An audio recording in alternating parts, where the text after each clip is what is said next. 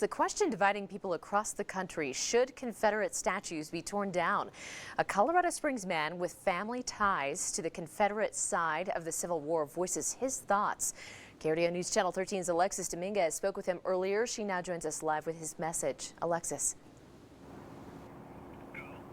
Heather, Rick Weiss tells us he's a direct descendant of Robert E. Lee through his grandmother on his paternal side of the family. Today, he speaks to us about this controversy through a personal point of view.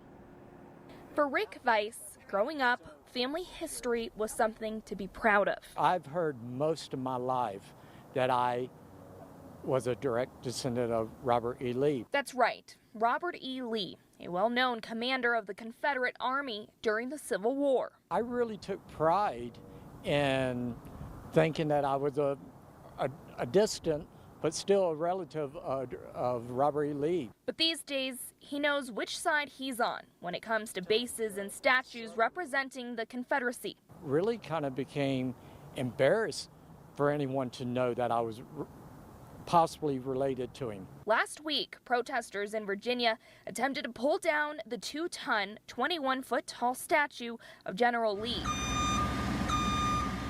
Weiss is clear on what he feels about that statue.